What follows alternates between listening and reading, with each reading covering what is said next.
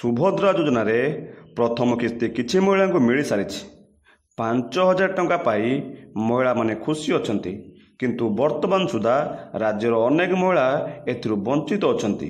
ସେଥିପାଇଁ ମହିଳାମାନେ ଅସନ୍ତୁଷ୍ଟ ପ୍ରକାଶ କରିଛନ୍ତି। ଯଦି ଆପଣ ବି ସୁଭଦ୍ରା ଯୋଜନାର ପ୍ରଥମ କିସ୍ତି ପାଇନାହାନ୍ତି ତେବେ ବ୍ୟସ୍ତ ହୁଅନ୍ତୁ ନାହିଁ। ଏପରି କିଛି କହିଛନ୍ତି ଉପମୁଖ୍ୟମନ୍ତ୍ରୀ ପ୍ରଭାତୀ ପରିଡ଼ା। ପ୍ରଭାତୀ ପରିଡ଼ା କହିଛନ୍ତି ରାଜ୍ୟର 1 କୋଟି ମହିଳାଙ୍କୁ ଏଥିରେ ସାମିଲ କରିବାକୁ ଲକ୍ଷ୍ୟ ରଖାଯାଇଛି। ପର୍ଯ୍ୟାୟକ୍ରମେ ଅନ୍ୟ ସବୁ ମହିଳାଙ୍କୁ ସୁଭଦ୍ରା ଯୋଜନାର ପ୍ରଥମ କିସ୍ତି ମିଳିବ ବୋଲି କହିଛନ୍ତି ଉପମୁଖ୍ୟମନ୍ତ୍ରୀ ପ୍ରଭାତୀ ପରିଡ଼ା। ଦୀର୍ଘ 25 ବର୍ଷର ବିଜେଡି ସରକାର ରାଜ୍ୟରେ ପରିବର୍ତ୍ତନ ଘଟିଛି। ପରିବର୍ତ୍ତନକୁ ପ୍ରାୟ 3 ମାସ ବିତି ସାରିଛି। ଦଳ ବୁଲେଇ ବଙ୍କେଇ ପରାଜୟର ସମୀକ୍ଷା କରୁଛି। ଦଳ ତରଫରୁ ପରାଜୟ ସମୀକ୍ଷା ପାଇଁ କୌଣସି କମିଟି ଗଠନ ନ ହୋଇଥିବା ବେଳେ ନେତାମାନେ ସିଧାସଳଖ ଦୁର୍ବଳ ନିର୍ବାଚନ ପରିଚାଳନାକୁ ଦାୟୀ କରିଛନ୍ତି। ସିଧାସଳଖ ନହେଲେ ବି ଦଳର ନେତାମାନେ ଭିକେ ପାଣ୍ଡିଆନ ଏବଂ ତାଙ୍କ ଟିମ୍କୁ ଅଙ୍ଗୁଳି ନିର୍ଦ୍ଦେଶ କରିଥିବା ତଥ୍ୟ ରହୁଛି।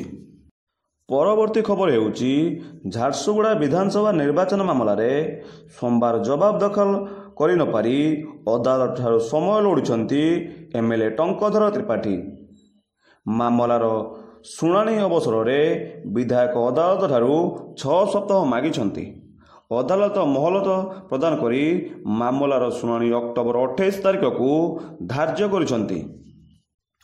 ପରବର୍ତ୍ତୀ ଖବର ହେଉଛି ନବୀନ ପଟ୍ଟନାୟକଙ୍କର ବିଜେଡି ଏବେ ଗୋଷ୍ଠୀ କନ୍ଦଳରେ ଅଣନିଶ୍ୱାସୀ ହୋଇପଡ଼ିଛି।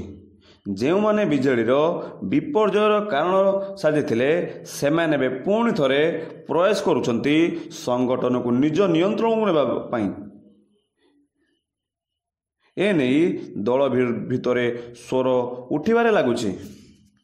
ପରବର୍ତ୍ତୀ ଖବର ନାମମାତ୍ର ଚାଷୀଙ୍କୁ ଫସଲ ବା ଉଦ୍ୟାନ କୃଷିରେ କ୍ଷତିପୂରଣ ଭରଣା ପାଇଁ ଅଣଜଳସେଚିତ ଅଞ୍ଚଳ ପାଇଁ ହେକ୍ଟର ପିଛା 8,500 ଟଙ୍କା ଏବଂ ଜଳସେଚିତ ଜମି ପାଇଁ ହେକ୍ଟର ପିଛା 17,500 ଟଙ୍କା ଏବଂ ଏଥିସହିତ ସମସ୍ତ ପ୍ରକାର ବାରମାସୀ ଫସଲ ପାଇଁ ହେକ୍ଟର ପିଛା 22,500 ଟଙ୍କା ସହାୟତା ରାଶି ଘୋଷଣା କରିଛନ୍ତି ରାଜ୍ୟ ସରକାର।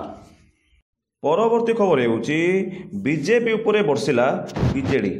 ବିଜେପି ଉପରେ ପ୍ରବଳ ବର୍ଷିଲେ ବିଜେଡିର ସନ୍ତୃପ୍ତି ମିଶ୍ର। କହିଲେ ଯୋଜନାର ରଙ୍ଗ ନ ବଦଳାଇ ଯୋଜନାକୁ କାର୍ଯ୍ୟକାରୀ କରାଯାଉ।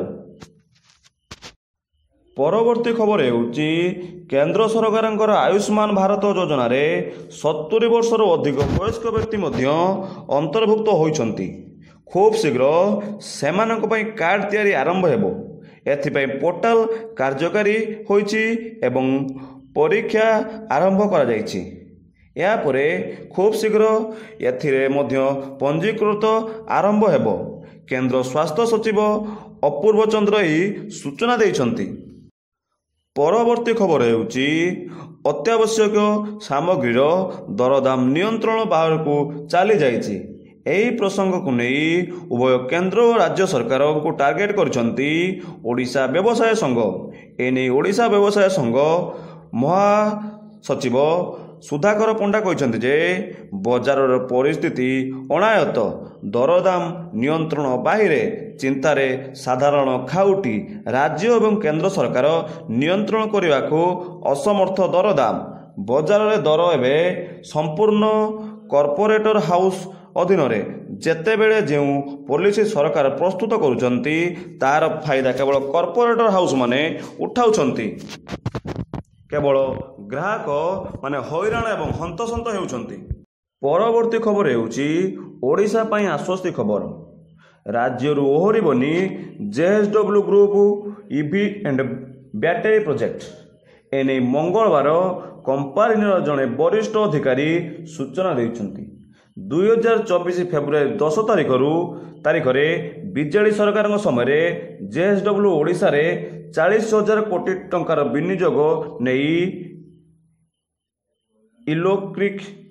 ଇଲେକ୍ଟ୍ରୋନିକ୍ ଗାଡ଼ି ଏବଂ ବ୍ୟାଟେରୀ ନିର୍ମାଣକାରୀ କାରଖାନା ବସାଇବା ପାଇଁ ଚୁକ୍ତି କରିଥିଲା।